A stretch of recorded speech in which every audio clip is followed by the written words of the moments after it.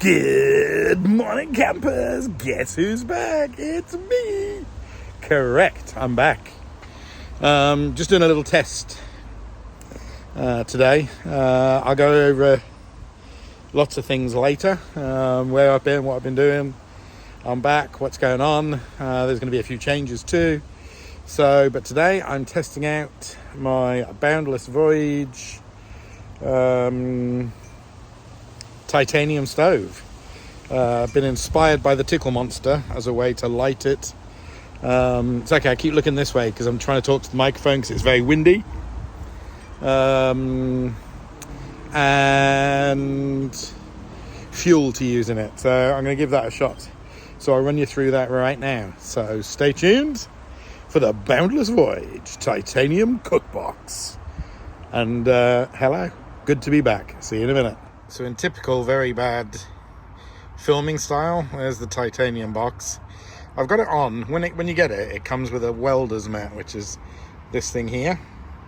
And under it, I'm just putting a piece of kitchen tissue because I want to see if it actually stops the heat going down. So Alfie's quite intrigued as to what's going on. So let me walk you over here. So I've got a bit of a hex block over here. I'm going to try that. It smells quite nice. And then I've also got a Fire Dragon solid fuel tablet in tin foil container. And then the last thing is, if you do a lot of barbecue and you know what this is, I don't know why my focusing is all over the place. Sorry about that. This is the self-lighting barbecue fuel. So I've filled it up with self-lighting charcoal, and I've put a hex block in the bottom as well, and I've lit it up. It's been going for 7 minutes. It's chucking out an awful lot of heat. We shall see how it's coming along. Now it has bowed ever so slightly here. Don't know if you can see that. But the two side tabs have got no problem holding it, or the four side tabs, whichever way you want to call it. That could just be the sheer volume of charcoal that's in it. So we shall see. So what I'm having tonight is a nice ribeye. Hopefully I'm going to get it nice and medium rare to rare on the barbecue. So what I'm going to do is just give it a little coating of oil on both sides. I like the ribeye because it's got a nice amount of fat in it, but it really is quite tender. So now what I'm going to do is a very gentle sprinkling of salt.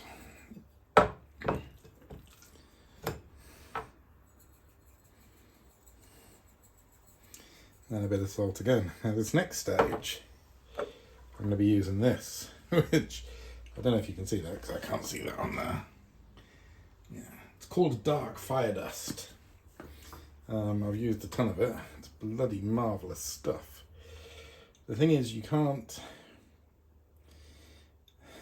touch your eyes after you touch this. You'll feel like you're blind. So it is very powerful, very strong stuff, but with an absolute delicious flavour.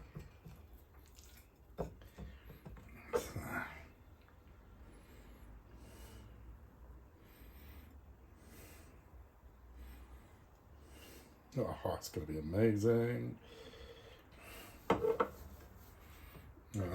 just going to wash my hands, wash all of that off. Yeah. And then we're going to see how the barbecue's coming along. I can see it out the window and it's looking good. The coals are starting to go nice and white. It's not the barbecue, it's the Boundless Voyage box, but we'll see. Okay, so the coals are pretty much white. There's still some flames in there.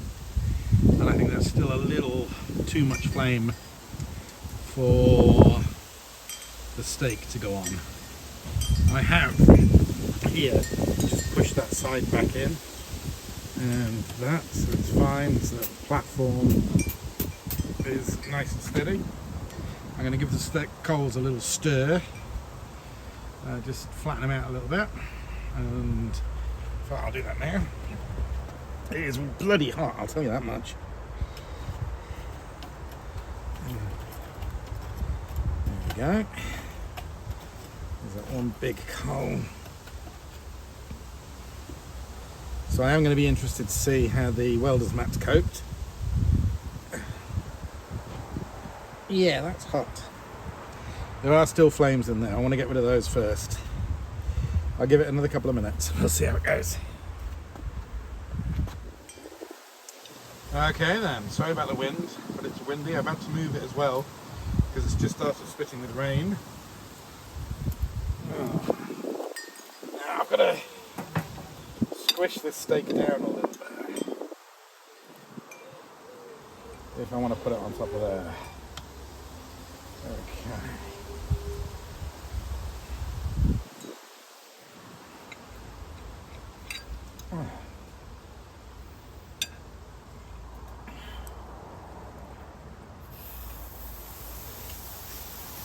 Whoa!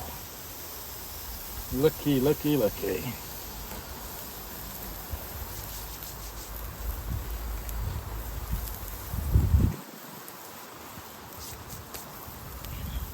Oh, it's smelling good.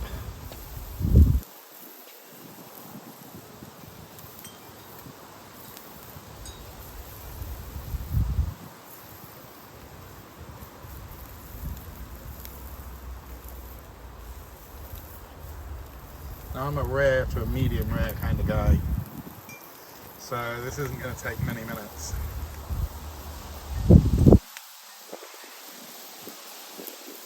I am going to leave the camera running just so I can see exactly how long it did take. Just watching for some colour to start coming up the sides. Let's see if I can zoom in.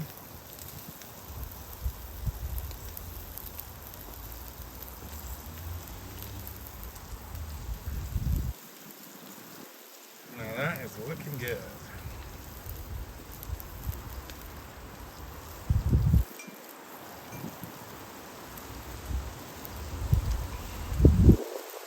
Potential drawback I can see, and it's not the grill's fault, it's the steak's fault, but the ribeye does have a bit of fat running through it, which does make the steak beautiful and juicy and tender. But that might spit a little bit while it's cooking, which we'll have to wait and see.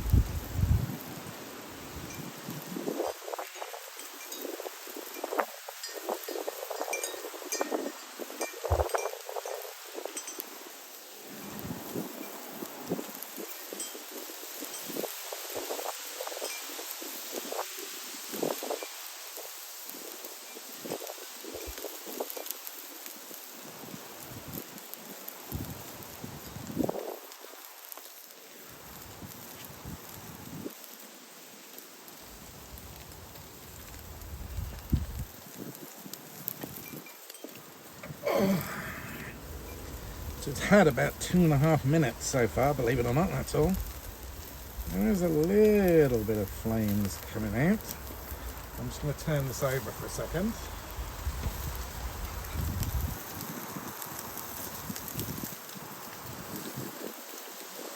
He said,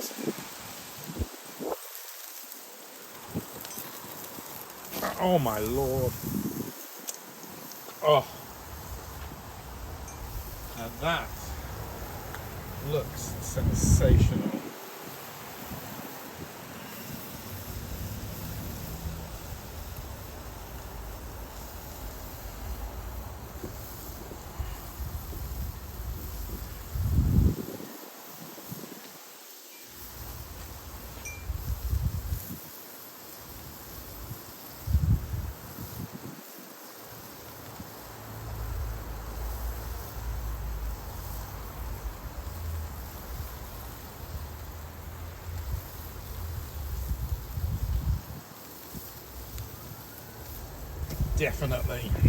Definitely taking that to Wild Man's Woods next time I go. Nice steak. Do some potatoes or something with the gas burner. That'll be fabulous. If Keith wants to eat steak, he's going to have to bring his own box, or he's going to have to watch me eat while he cooks his. Oh, this is cooking up a treat. I don't think this is going to be far off being cooked, you know. How long are we now? We're at nearly 5 minutes.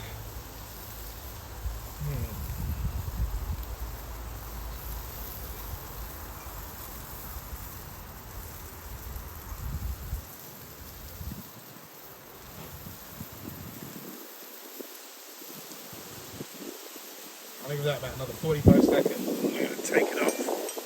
See what that's like. Let me go clean the plate quick. Hope the dog doesn't get my steak.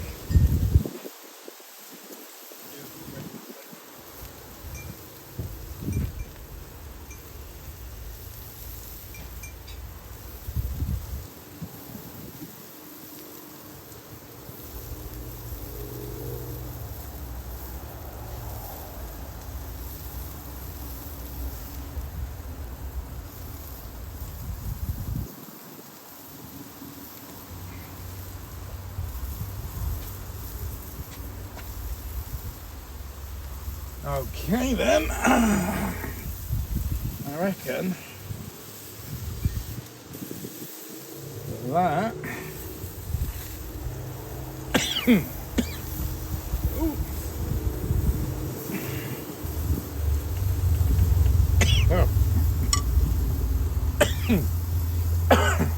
it's actually the spices that are catching, the chili. Gonna give it another minute on that side, and I think that is done.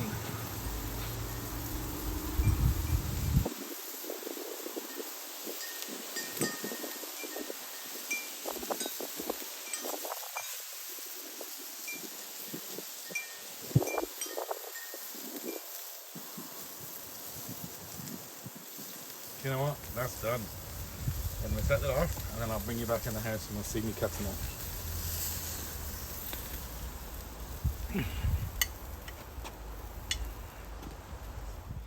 It's rested for a couple of minutes. Grab a knife. Okay. And the fork I was using outside. Okay.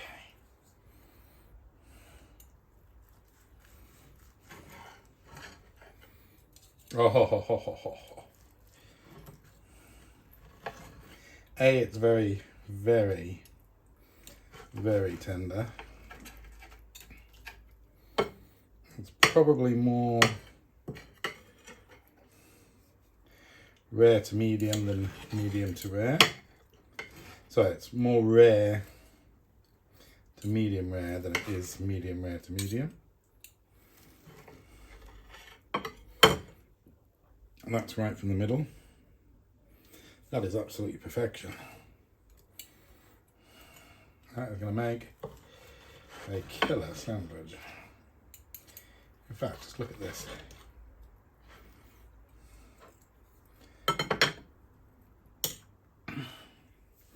Can you see that?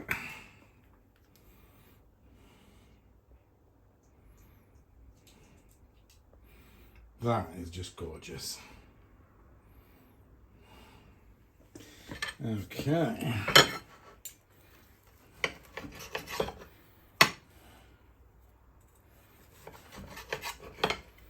Oh my God. Look. Oh.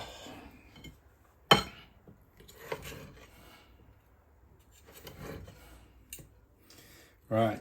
I'm going to make myself a little sandwich. I'm going to tuck into that.